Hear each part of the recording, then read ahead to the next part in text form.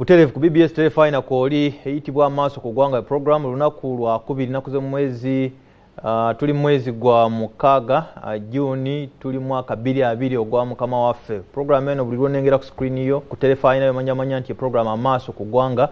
nga bulijjo omwanjuzi nze Steven Dunstan Busulwa ndi muzukulwa na mwama akwagaza byonjagaliza ne nsaba Katonda ne mwebaza nti zikyakubira enduulu ensonga kyo kyampuliriza nange ensonga lwaki nkuwuliriza yadde sikulaba naye nga mmanyiwo oli awo otunulira Telefina eno Bwakabaka nga nenga tuweereza ensi yonna. Soka kujjukiza ba ML5 Digital Network abakola obumo wa ML5 hand washer machine buno kuyamba gwe munanga ali eyo obutakwata ku kyuma kukuma buyonjo akuma kana ka ML5 olinnyako bulinyi ne kakoletera amazzi n'onaaba mu ngalo n'olinnyako nali kaleta sabuni liquid soap n'onaaba ne sanitizer nga tokwata buli wamu akutte kusobola okuuma obuyonjo. Obasanga ku Salama Road opposite clinic ya St Joseph n'osobola okugula essimu 070M 790 333 0701 790 333. Kaongezi ka leero nyina Honorable Robert Kyagulanyi Sentamu amanyiddwa nga nnyo nga Bobi Wine mubaka wa Parliament wa Kyaddondo East yakulembera ekisinde kya People Power era y'omu ku baasooka okulaganga bwe bagenda okwesimba ku ntebe ennene ey'obwa President w'eggwanga Uganda. Honorable obutono nakadde konna nkwaniza ku y'Obwakabaka era nkusaba obalamuseeko. Sibuwe bali nnyo bali dda kuba nange banaye ndi musanyufu nnyo okubeera wano mirembe abatono abakulu abali eyo sanyuse nnyo okubanga nfunye omukisa tuwayeemu nze Kyagulanyi Sentamu muzzukulu wa Kaira omubanda wa Kabaka ow'akabi akyali mubanda wa Kabaka nakiwuka kyogamba neŋŋenda ate ewalala mbadde njagala kitegeera bulungi nali manyi wali eri ng'osabula emiziki non stop kuba kati bakugaana okukuba emiziki omubanda yali oli Bobi Wine kati Kyagulanyi muki nedda Bobi Wine Kyagulanyi nze nga bwe nazaalibwa naye Bobi Wine ye muyimbi akuba emiziki okwetooloola ensi yonna naye bwe nzija wano ewaffe e Buganda bwe neewanze bwali gwa nakyewa ne ŋŋamba nze kampeereza Obuganda mu ngeri eno okambeera omubanda wa Kabaka ekyo tekikyuka kubanga weyenze bwekirina okubeera waawo right. Honorable amaze okubuuzaako twegatte ku platforms zaffe ez'enjawulo zonna tuli ku Azam tuli ku Zuku tuli ku GoTV tuli ku Star Times tuli ku Free to Air tuli ku DSTV Njigambye tuli ku streaming Facebook live kwe tuli oba tonatuukawo wakateekako essimu yo naye kafiyu yatandise dda nkusuubira kuba nga watuuse waka agenda ku YouTube channel yaffe BBS Telefina era agenda ne ku YouTube channel yange eri Steven Dunstan Busulwa subscribing ojja kugoberera bulungi program eno ne weneebeewedde ogisangako ate ku Twitter BBS TV UG kuna kwe tuli. Honorable Kyagulanyi sebo lwaki nakunoonyeza kwogera ku bigenda mu maaso mu nsi ekisooka ku byo walaga dda nti oyagala kwesimba ku President w'eggwanga Uganda ekyeganika era enteekateeka zonna z'okola ziraga ekyo kakiiko ebyokulonda nakaludde ddaaki ne kafulumya roadmap enteekateeka egenda tutuusa ku ekyo kyemwagala.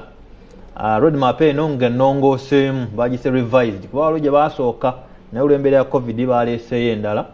ng'eraga moodi y'okulonda nti tegenda kuba gye tumanyidde yakuba rallies n'ogenda ewa Basaalirwa n'ogenda ewa Kasiyano Wadiri n'ogenda e Busiro South ewa Busuulwa n'ogenda wa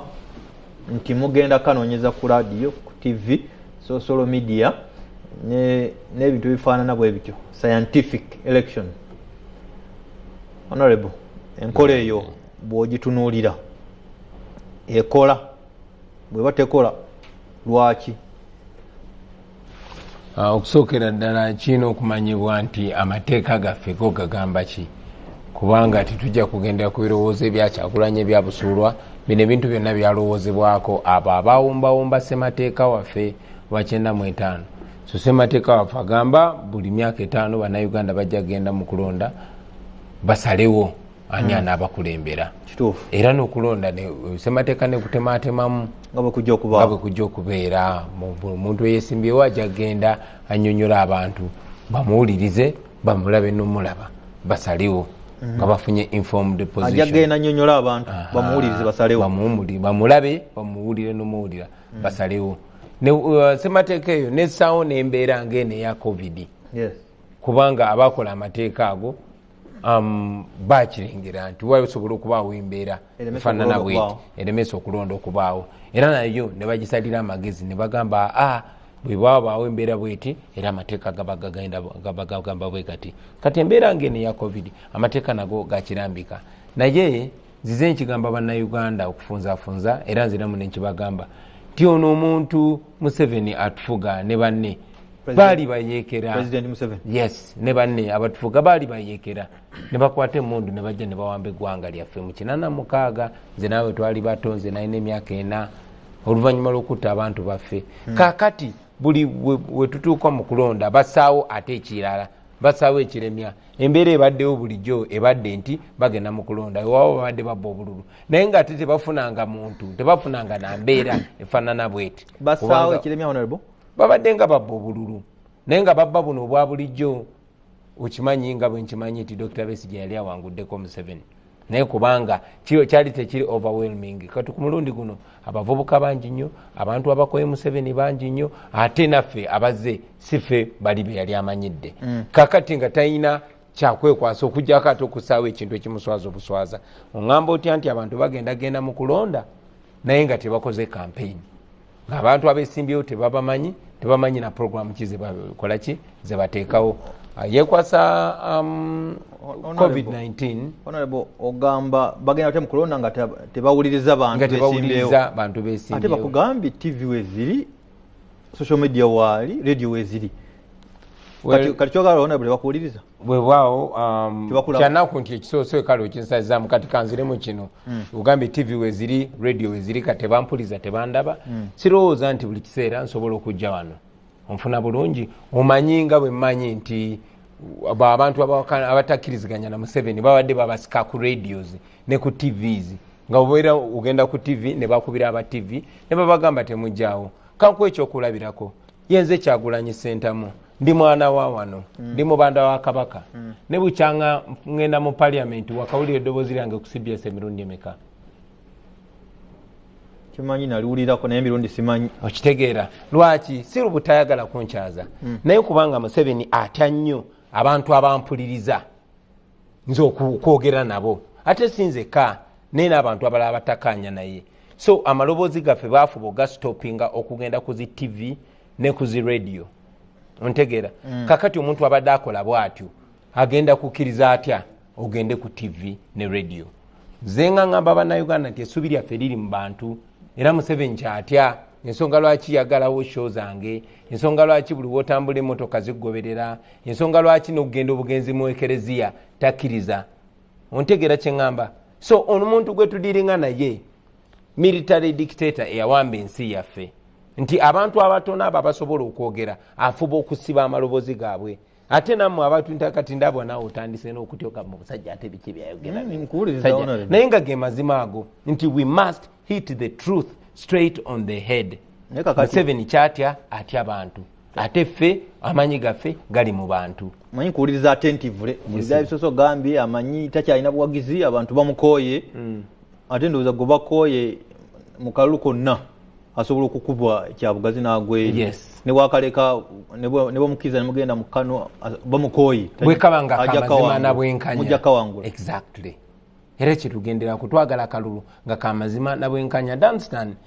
saagala abatulaba eyo balowooze nti fe aba people power tetufaayo ku bulamu bw'abantu no tufaayo nnyo ku bulamu bw'abantu twagufula mulimu gwaffe okusomesa abantu baffe naye COVID-19 ali wano naffe tagenda kuvaawo tuyina okumanya engeri gye tulivinga nga tukola social distancing nga tunaaba mu ngalo nga twambala mask bwe tusobodde ozambala nga tubeera ne distance nga twekuumira mu bulamu obwo naye tetugenda kugamba nti kaakati abantu tebagenda kufuna bwenkanya ojja kukijjukira nti wano mu Uganda teri muntu yali afudde COVID-19 naye abantu abakubiddwa amasasi ne battibwa abantu abatulugunyiziddwa nga mutwalidde n'ababaka ba parliament bangi so bwe tufuna ekizibu ate tetulina kikozesa omuntu atufuga n'atuteekako ebizibu ebirala 10 kwekyo ensonga lwaki Uganda yeetaaga obukulembeze obugondera abantu ate tuwetaaga as soon as possible mu mbeera eno ng'eya covid mwe twetaaga okusingira ddala okulaba nga Museveni agenze kireza mu mbeera ya covid mutulina okulondera omukulembeze tulina okubeerera ddala n'omukulembeze omutuufu kuba Uganda tuyinza okufa ne tuggwawo olaba essente ziyisiddwa okuyamba mu byenzijanjaba okumakinga sure to survivinga in covid situation so nabazibye bubbi right tulaba Amaaso ku ggwanga program ze busuulwa honorable Robert Kyagulanyi Bobi Wine honorable kakati tugenda kola tutya omulamuzi Simon Mugenyi byabakama sente bakacheka ebyokulonda agamba banne sinze nalese covid nze nabawadde enkola kuba Ssemateeka agamba wanaabawo kulonda akakiiko kanalambika engeri neeronde eneeyitangamu okulonda kati honorable byabakama bwasimbe kulinaga tulina okulonda mwe mugamba tulula tebijja kuba bya bwenkanya kiki kakati temugenda kwesimbawo temugenda kwetaba mu kalulu baabo bakulaba abantu okusookera ddala omulamuzi byabakama ssentebe w'akakiiko k'ebyokulonda yagenda n'asisinkana President Museveni candidate agenda okuvuganya naffe n'ayita akulira akakiiko k'ebyokulonda ne ttiimu ye n'abalagira nti mugende mutekeke bwe muti ne bwe muti okulonda saasira President Museveni musajja mukadde ffe tuli bavubuka bato kati ye alowooza okwetolola Uganda yonna nga tajja kumalako naffe tusobola omukutula embiriizi ekyo n'akijjawo n'agamba nije gye ngenda naye tebanjagala kuba abantu Museveni bamukowa goge mazima so kati bw'abibalabira balamu n'agamba no nyiza kwetolola nti amateeka kibava baleetawo okulambika okulonda okuli mu bukyamu okuli mu bumenyi bw'amateeka ffe nga ffe twagana okukkiriziganya nako ngera bwe tuze kutugamba buli gye tukola kibadde nga mateeka kikunnyonnyola lwaki nze tebansibangako ne bansingisa musango kuba buli kye tukola kiri mu mateeka bo be bali mu bumenyi bw'amateeka lwakubanga bakutte emmundu kati amateeka bazimula mazimule so n'ebimwami byabakama naye tumugamba wano ku terefayina tisebo ebyo nabyo twabiganye okay tulina okutuuka mu bantu abantu balina okubeera n'okulonda okw'amazima n'obwenkanya amateeka weegali nga bwe tugayina galambika buli kimu nga bwe kirina okukolebwa lwaki tetugoberera amateeka awo alright honorable wakati byabakama ndowooza mu ndowooza yange ndowooza alina bibiri ebyokukola either asaba mmwe ne mukyusa ssemateeka ne mulaba engeri gye mwongezaayo kulonda oba abata ne mugenda ne mukuba campaign abantu ne balwala covid bane batalwala guyinza okuba omukisa ne batalwala nedda tetwetaaga kukyusa mateeka munnange erabayo kibi nnyo omukulembeze yo okukyusanga amateeka buli waabanga atuuse ku kisenge amateeka ga Uganda galambika bulungi nnyo nti bw'wanaabeerawo embeera ng'eno eya covid paliamenti ejja kutuula basalewo okwongezaawo okulonda mu bbanga eritasukka myezi 6 naye kyenjagala omanye nti mu kiseera ekyo bwe babongezaayo okulonda okwo President Museveni si aba president kuba ye endagaano ye ne bannayuganda ebeweddeko kati awo speaker yaba takinga over ne Museveni nga bwomumanyi nakugambira nti tufugibwa amateeka kati akakaweta ekkoona buli batuukawo nga baweta ekkoona kyetutya si kwe kuyingira mu kalulu twagala kuyingira mu kalulu k'amazima n'obwenkanya era twakyogeddeko tetugenda kubeera nga tusaba electoral commission nti yebeetuwa amazima n'obwenkanya tumanye engeri gye tutuuka ku bantu baffe era tujja batuukako kati mpulidde leader of opposition in parliament honorable Ssemujju Ibrahim agamba ffe bannaye tugenda kukozesa campaign tulina okujja gye muli twogere nammwe mutuwa akalulu akati embeera eyo gavumenti eyogera kirala sijagola gavumenti isi eyogera kirala mwogera kirala kati abantu mubalesaawo nedda abantu tetubalesaawo nedda ssebo tetubabuzaabuza oyagala nkukakase nti tetubuzaabuza nkakasaawo kwate ekkubo olunaku lw'enkya ogende mu kikuubo okwate ekkubo ogende nateete okwate ekkubo ogende mu katawuni konna olaba ekiriyo ogende mu butale abantu bajjudde eyo tewali nti simanya social distance simanyi ki nfuna bulungi ffe be bawuliza ate ffe tulina obbagamba bannaye mwambale masiki bannange mutambule bwe buti naye abantu bagenda mu mirimu gyabwe abaffe byabakama eyamanyiyo obuzibu bwe tulina nti tukulemberwa abantu abali completely disconnected ye bw'alinnya benzi ye ne bamukuuma ne bamukulembera emmotoka ne zikuba obudde n'ava mu maka ag'ebbeeyi n'agenda mu ofiisi gye tusasulira omusolo n'amanda addayo tamanya kigenda maaso mu nsi okitegeera so abantu bali out there ng'ogyeko embeera ya covid etutwala mu kino kyetukayaniramu singa akakiiko k'eby'okulonda kategeka nga tewali covid, do you have trust in the Byabakama Commission? I don't have trust in the Byabakama Commission. I have trust in the people of Uganda. Sikugamba nga konti twesize simanyi Byabakama simanyi ani nedda naawe bano Museveni ebosi waabwe ng'otabuka ku ekyo anti kyenkugamba nti tetutunulidde Byabakama tutunulidde Bannayuganda era Bannayuganda bali abatulaba mwe balasti bana abantu bajja kuleetawo buli kabadi paka mmwe nga mwesitukiddemu ate nga tumanyi tumujja kwesitukiramu so ffe tetunulidde Byabakama tetunulidde Museveni na programu ze tutunulidde Bannayuganda. Ekikulu kiri nti amateeka gagamba okulonda kutekebwewo era okulonda kugenda kutekebwawo era tugenda kwesimbawo. Nze kennyini nakirangidde seetaaga kuddamu kigamba kati ngamba bugambi Bannayuganda beeteeke tugende mu kalulu bakampe mbawangulire Museveni mu lo. Muite President Museveni nno Ggwanga ye president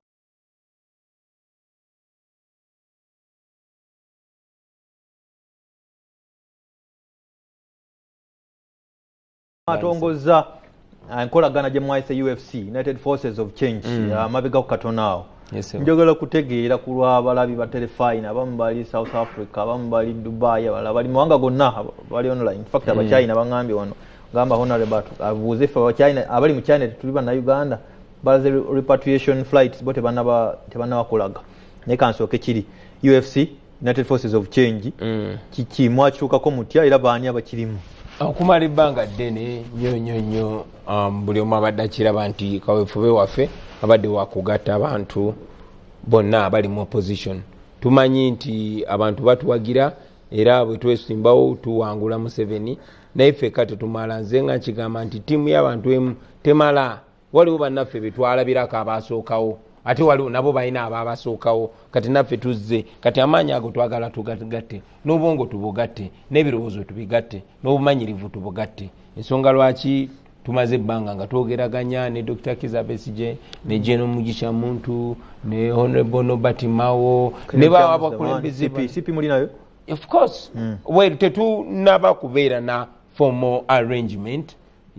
ne twogeraganya era bonna mu principle tukiriziganya ti omusajja ono dictator tunomujjako nga tuwegasse mu kalulu. Tumanyi nti ba dictator bawangulwa nnyo Yahya Jammeh yaliwa atiisa nnyo ate yalina muto okusinga Museveni ne bamuwangula. So tusobola okuwangula President Museveni singa tuba twegasse ffenna bonna bakkiriza nti twetaaga okwegatta ne tukyawayaamu tukyawayamu ultimately bwe tunaaba tukkiriza kyekirooto ky'Abannayuganda okufuna candidate omu. Lwakuba dictator ategeka akalulu ate ebigambo by'oluzungu byakyuka dictator ategeka akalulu ne muvuganya nga bwogenda kagenda tuli mu kuyomba nti ateekawo akalulu k'amazima n'obwenkanya ye agamba takateekawo oyo simanyi ky'omuyita munnange. Ekizibu nze ebigambo mbiyita ekyo kye biri. Dictator kyeki dictator yenna kyemalira. Dictator ye muntu atagoberera amateeka. Dictator ye muntu akwata okuba n'okusiba n'okutta abantu abamuvuganya era nga bw'okiraba ku mulembe gwa Museveni bwe batta abaana baffe ba Rita Nabukenya Badani Kyeyune Bayasini Kawuma n'abalala. Dictator yoyo muntu alemesa abamuvuganya okukola nga nze bakola okkiriza ndowooza nti kati oyo Museveni gwe njogerako. Okay, mugenda kwegatta wamu musobola kulaba mujjawo about United Forces of Change. Of course nga bwe tubadde tukkiriziganya nti tuyinza okuba twawukanya mu strategies. Yo agamba Museveni tumuyite ku kkono nze ngamba oli agamba tumuyite ku ddyo nze ngamba tumufate direct. So buli omu alina ebirowoozo ebyenjawulo naye tukkiriziganya nti ebirowoozo biyinza okwawukana n'obukodyo buyinza okwawukana naye ultimate goal yaffe kununula ggwanga lyaffe Uganda. So kati twasinkana recently ne tukanya ti okay mukadde wange gukkiririza mu kino tiye kuba ffe tukkiriza mu kalulu tukkiriza nti singa twegatta buli omu kyakkirizamu ne tukikola ffenna tuwangula kati recently era twaline campaigns era ne tuzikola naye kati naffe tugenda mu kalulu era tulina essuubi nti tujja kukanya mu mbeera y'emu tulumba omusajja nga tuli kitole nga tuli wamu. Obuzibu embala wamu na Kyagulanyi ne United Forces of Change mwagala kulumba musajja temwagala bwa president obontegera bulungi wakite mugala twagala kutwala ntebe ya president so nemwe mugala twagala kujjawo Museveni Ssebaaseka egamba wanabaawo akaluko okuvuganya akanaleeta pulezidenti w'eggwanga. Okusookera ddala gw'ogambye obuzibu bw'embalamu kirungi naye ate njagala tulabemu ne opportunity naye ate okulaga nti bw'olabanga obuzibu naffe bwe tulabanga obuzibu ekizibu kya Uganda kiri kimu bakita Yoweri Kaguta Museveni ye problemu ya Uganda. Ebitongole bya gavumenti byonna tebikyakola. Poliisi tekolanga kyeyina kukola. Poliisi ekolera ku mateeka ga Museveni. Ekooti tezikola kyezirina kukola. Nfuna bulungi n'ebitongole byonna ebikuumaddembe naddala ebikuumaddembe. So kakati Uganda yeetaaga okugibwako nakyemalira. Kyekiri kyenkugambye entebe tugifreeing. Nze ne bwe mbanga siyenze president naye nga tumanyi nti president ono gwe tutaddewo mukozi waffe si boosi waffe era bw'atukyankalana tumukuba akalulu ne tumuggyako akalulu kaffe tukafuule nga ke ka boosi. Ekyaddondo oli boosi oli mukozi w'abantu? Ndi mukozi w'abantu b'Ekyaddondo. Kati honorable enteekateeka eri egenda batuusa, is it going to lead to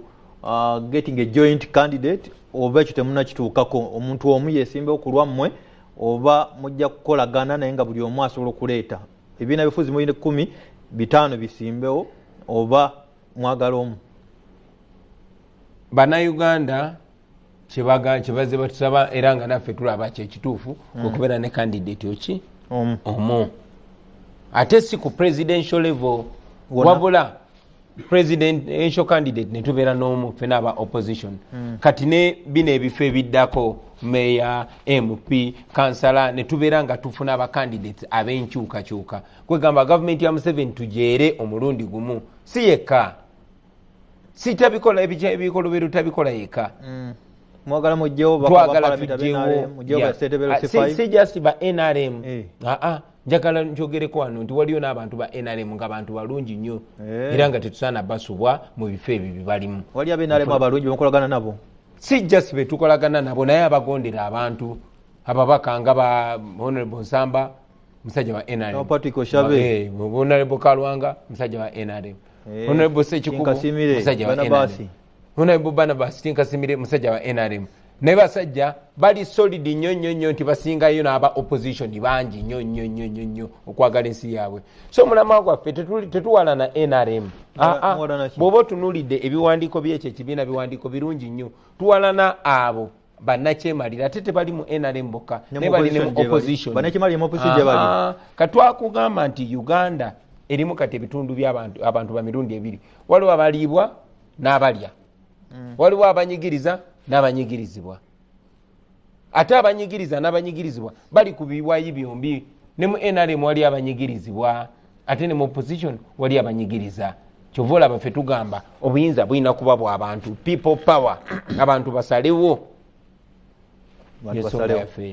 Atulaba BBS efina kwokyali kwe tuli ku live stream mbalaba mwebale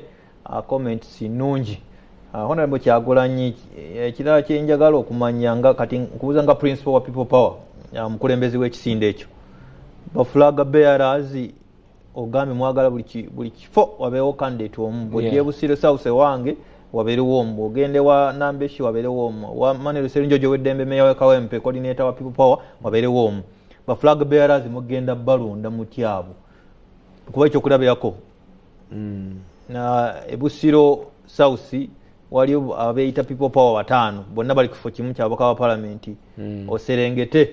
ejinja people power buli muna atekako n'akakofira n'atekako n'ekifaananyi kyo akati ne wano wenyini mu Lubaga wano wano wali Alozias Mukasa nabeerawo South ne North wali abeka kawalya mubeero n'abalala. Okusookera ddala kyasanyu nti abantu baagala okwesimbawo n'endowooza eya people power oba amaanyi oba obuyinza okubanga bw'abantu. Ekyo nze kimpa essanyu kubanga twagamba eno ndowooza obukoberani kasitanga obukasita obeera nga okkiriza nti abantu be babbosi b'oli muweereza. However okwerondamu abantu abangi kubanga ne ku presidential level tuli bangi abalina ebirowoozo bye bimu naye abantu ani gwe basinza okusimbako. So tulina mechanism eyaffe gyesijja kulambula wano ku TV ey'okuselectinga ba candidate. Juzi navaayo n'enyanjula akakiiko akakola ku byokulonda election management team eya people power. So ogwo gwe mulimu gwabwe nga institution ng'ekitongole gwe sina kuyingiramu naye era nga balina bye bagoberera naye okusingira ddala abantu bo kiki kye bagamba kuba ffe tuli baweereza b'abantu. Yesebo kati ekyo onkakasizza mujja kimanaginga mu ngeri yammwe. Sheriff nkulamusiza wamuleseewayi gyali akola emirimu non sheriff gyali ampuliriza bwe nkomawo ngenda kubuuza ku Honorable Kyagulanyi Ssentamu waliwo abantu be baziba musokoolamu badde wa people power ogenda okulaba ate bali eri bali mu kubonga bali ku nteerwa kitula anambuulira endowooza ye ku ekyo tova tukyagenda mu maaso tukomawo.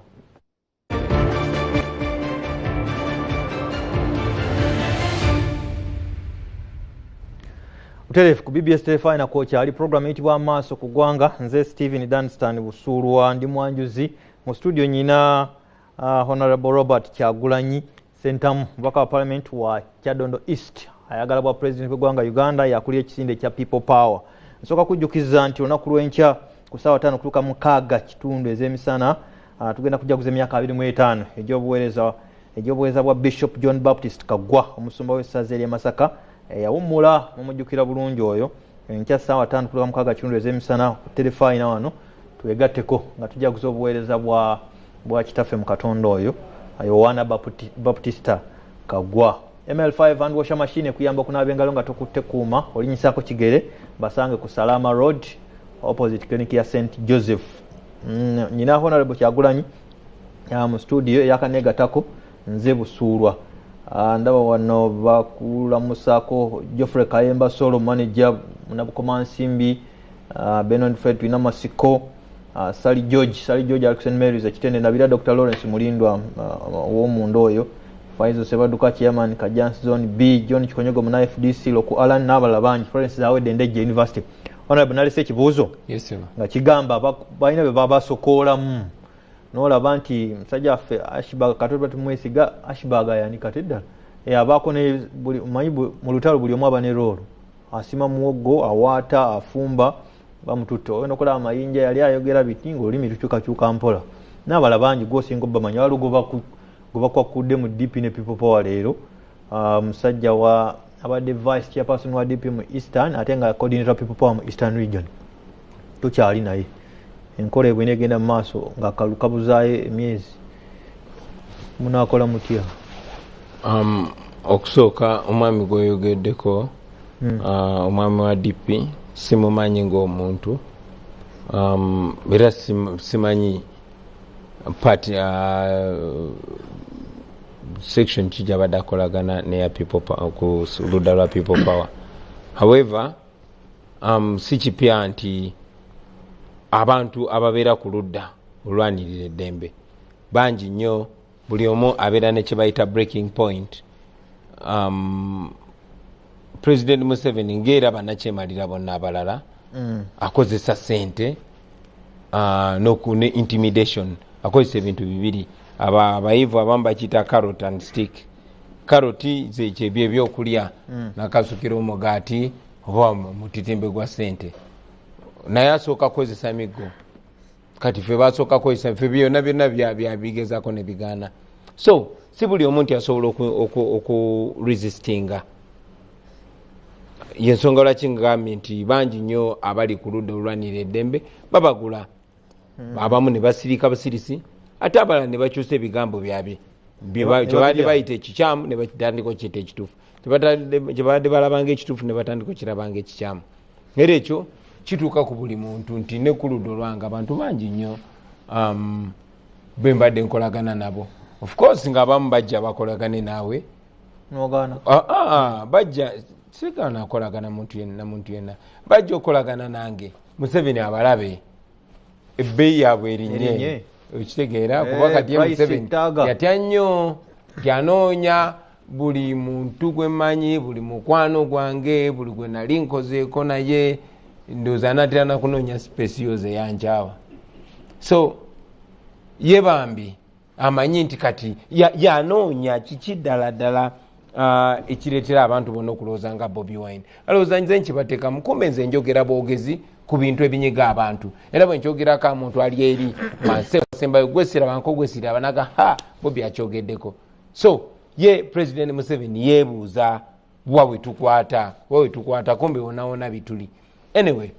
bwekityo bwekibeera bwekityo bwekibadde era bwekityo kijogena maaso naye bannayuganda bangi nnyo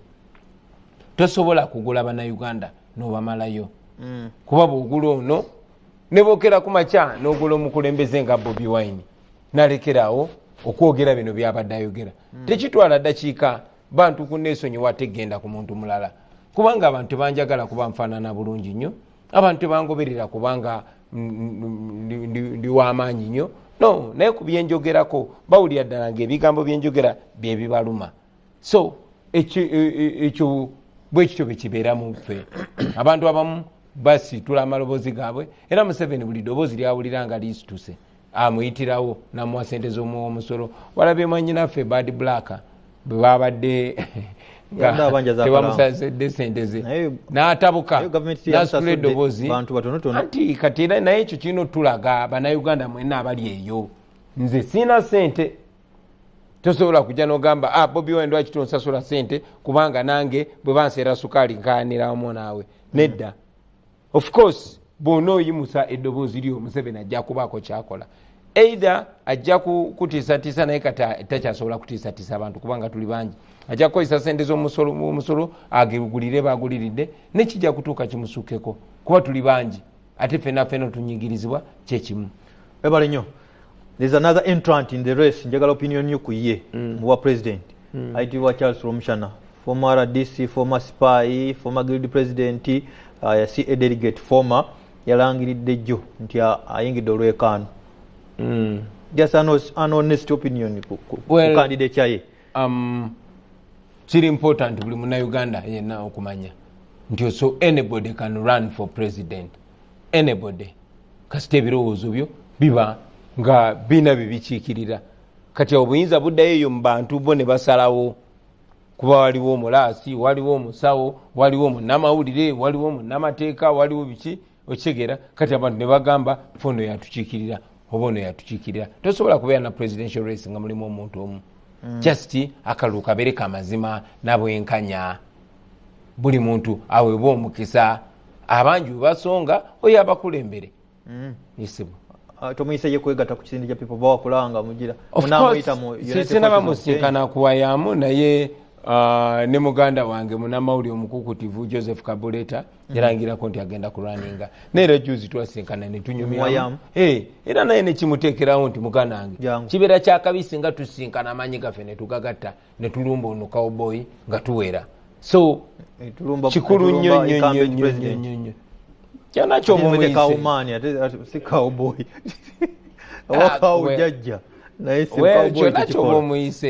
kyonakyo omuyise ze manyi nti omuntu engeri gyepresenting Amaaso bw'oba olina omulabamu Maaso ku Ggwanga BBS Telefina Honorable, how would you rate oyinza ku rating otya government efforts mu kulwanyisa ekirwadde kya COVID kirungi tutandise wano ogamba naawe we have 0 deaths okusooka nali njiwadde 50-50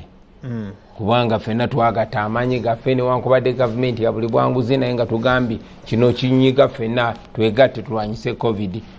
kitono kye twasobola twakiwaayo amaanyi gaffe era ne tugateekamu kubanga buvunaanyizibwa bwaffe naye ate gye bigweredde ngeno gavumenti eraze nti nvundu nnyo lwaki ekirwadde kino kyafuuka bizinesi waliwo ne olusaagiriro ku internet okwo nti COVID started in China as a disease it went to Europe as politics and it came to Uganda as business so kati wano abageresa bwe batyo abantu abatukulembera COVID bamufunye bamukozeseza kubbiramu genda olaba amataka g'abantu kwe babasengula mu COVID ono abagagga be bakola abaavu bo basigale wakabongere baavuwalira eddala banoonya akakodyo we bagobera aba taxi n'ababoda mu kibuga ne wababula bagala kozesa COVID banoonya we batulugunyiza aba opposition ne wababula bagala kozesa COVID banoonya Museveni we yeeremeza mu buyinza against the will of the people kuba abantu bamukowadda bakozesa COVID banoonya we babbira sente enkumi n'enkubuka biliyoni ne biliyoni ne wababula bakozesa COVID okitegeera kye ngamba walaba biliyoni 5.9 zetwayisa mu parliament engeri gye baziryamu ne baba abantu emmere envundu ne baba abaana bafa amata amafu walaba kwegamba engeri gye babyuzinzeemu offices zaabwe n'obuyinza bwe babawebwa. Singa nkubuuza connection eri wakati wa kafyu ne covid ansi yinza okukalubiriza. Bwe nkubuuza amalwaliro ameka agaguddwawo amapya oba amalwaliro ameka agaddaabuluddwa ne gadda ku mulembe ku lwa covid, kuba tulwanyisa kirwadde. Ne wano e Uganda yensi yokka we tulwanyisa ekirwadde nga tukirwanyisa na mmundu. Mundu lwaki oyogera bwotyo? Kubanga ensi ejjudde bammundu siraba basawo bamanyi n'okuba abasawo emiggo. Omusajja ajja ku TV n'agamba keep social distance, mwambale masiki, sawuna zijira zirinda, akedi mulindeeko, nga talina yadde kapista akamuliko siraba mu mpale. Munange ebyo byaffe ebyakwogera. This was the only opportunity we twali tusobola okwataganira. Kubanga tulina ba contenders, tulina Dr. Besigye musawo nfuna bulungi, ayina a big portion of the population abamuliza. Nze ndi communicator, nina a big population abampuliriza. President Museveni olunaku lwaleero yalina obuyinza bw'eggwanga, yakutte ne budget y'eggwanga, ayina big part gy'asobola okuzanya. Nazagezaako okuzanya party yange ocommunicatingira abantu lwakuba n'ennyimba zange ne obubaka bw'ensindika tebabuleka kukuba ku radio kubanga yatya eddoboozi lya Kyagulanyi okutuuka mu matu g'abantu. Dr. Besigye alina ebirowoozo birungi nnyo byawa ng'omusawo tebabiwuliza kubanga avuganya naye. Newesanga nga president yeefudde omusawo, yeefudde communicator. Tekikwetagisa president wa ggwanga kujja kutula ku TV kumala saawa 2 n'omusobyo ng'oyogera naye ng'ensonga z'okutuwa nti nzikirizaayo kati omuntu omulala okuyingira mu mmotoka. President alina task force. A task force eri namuwuliriza yagaye bino byembategeeza situula n'ensalawo. Bwe munsaba nti akedi ziggolewo I present to the scientists ne baŋŋamba ogira olindako kawuka kasaasaana nnyo mu mbeera eno. Muganda wange kyenkubuulira nti President Museveni amastarinze the art ey'okulimba. Sirowooza nti waliwo bonna-Uganda alina okuwuliriza ebigambo bya President Museveni n'abitwala serious. Abeera alimba munnange. Buli kimu anoonya waana akikozesa okwekumira mu buyinza. Producer nteerawo ku nnamba ezo onfuneyo mu 2-3 bwankubira kendeeza eddoboozi ku TV yo tuwuliziganye bulungi ombuulira amannya ne gy'oli. Nze Kansala Kanala Moses mbuuliza President addako enteekateeka ye ku byobulamu ebyenfuna education sector ne ku security nga bingi obudde bunzigwako. Nkanji Julius ali Kyaggwe yagambye mukwano gwaffe oyo tumwagala nnyo Jambosa. N'abalala bangi His Worship Dr. Ssebaaseka Emmanuel Weddembe Meya we Kawempe agambye President tuli naawe 2021 teri kuzikiza na people power. Ese ba amannya ne gy'oli. Yes, mbwangu obukitalo kaliba. Wali wano. Ndi bulungi mukadde wange. Tugezaako ssebo. Amina.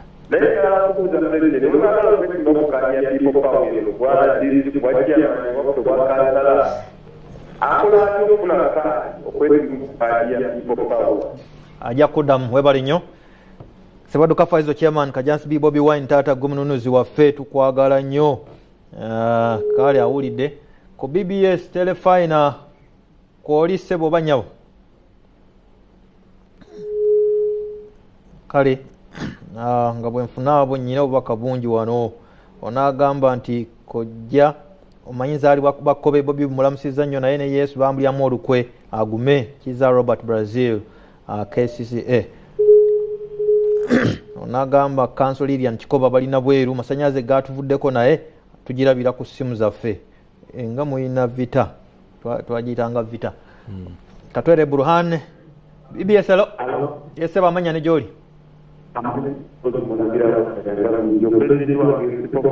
Yes sir.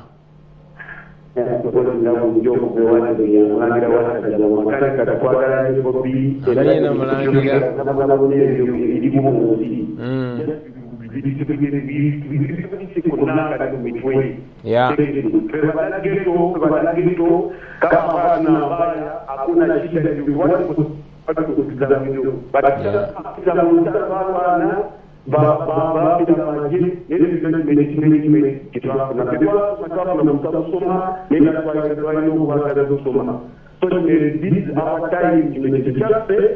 ayagala agane ayagala akkirize kubanga tebiri bakubire fuwa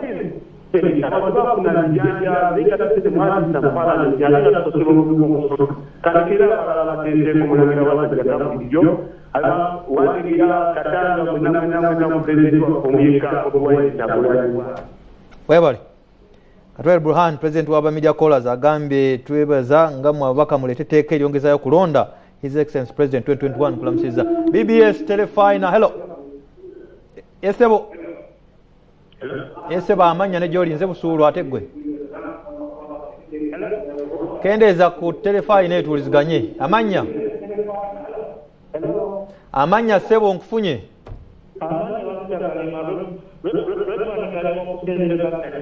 ewaka gadi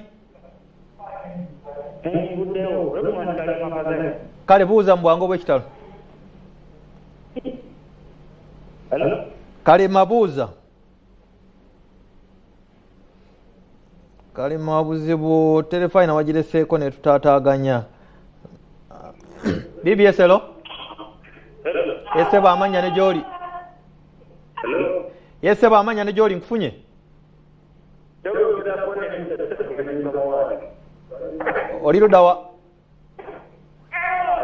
oli luddawa nkuwulira Yesebo mwami Kyagulanyi oli luddawa bako kyogamba honorable mbwangu kale ndowooza ndi interest of time nja kukomaawo mwami Deriki Kansala Nkwangu Alex Ndeje Kyanji Kanyenya Mombelezo People Power agambye thanks for the show papa, thanks for bringing honorable Kyagulanyi. Honorable Ibrahim Kasozi Makinde East agambye jambo honorable Nkosa munye ekitiibwa kale sijja kubandalayo nnyo kubanga siina bungi nnyo baako bubaka bwe ina kyobaddamu awo baddemu muganda wange omu abuuzizza nti omuntu akola atya okwesimbawo ku tiketi ya People Power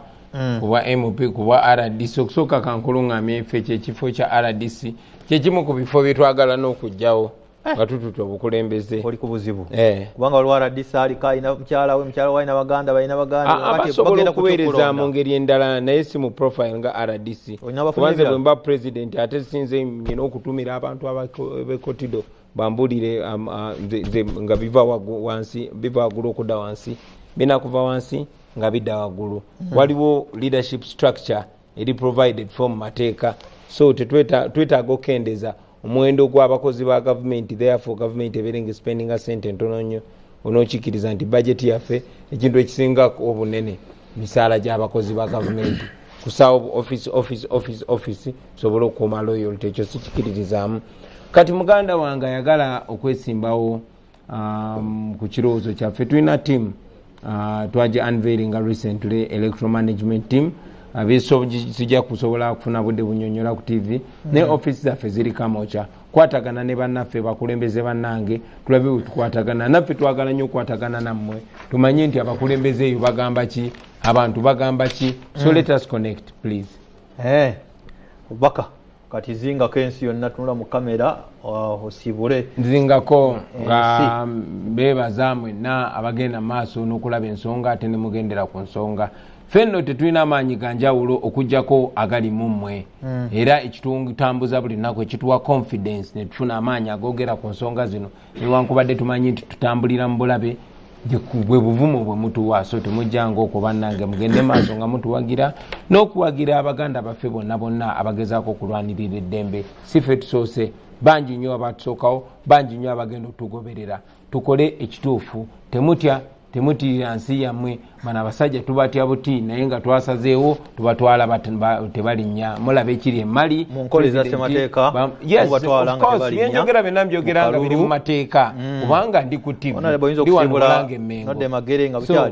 njagala kusibula nga mbagamba temutya gavumenti ya Museveni bana abasajja tusobola obbajjako era tugenda bajjako mwetegeke tugenda mu kulonda tebabatiisatiisa tebabagamba ebintu byonna byekiwumba tuutu tewaliyo scientific election waliyo election egambibwa mu mateeka teriyo scientific kulonda okulonda kwekwo kuli mu mateeka mweberere mubeere confident naffe gye tuli tetupoye tewali kuzikiza lazima kulasi tujja kwambala engule people power our power. Honorable Robert Kyagulanyi mubaka wa parliament ya Dondo East njagala program gyayisanga ku YouTube channel yaffe wamune ya Steven Danstan usula subscribe ne Facebook live stream tukyaliko sikyayinza kusukako wano njagala kutegeeza nti ebirozo by'owulira bya Honorable Kyagulanyi n'abateesa abalanga bwembaleta n'Abannayuganda miliyoni nyingi nnyo njagala kumpa mbona Abannayuganda bangi nnyo kuba ebinyiga naye bikunyiga akumwata kumira mpeera wangalanya mubeere bulungi nnyo.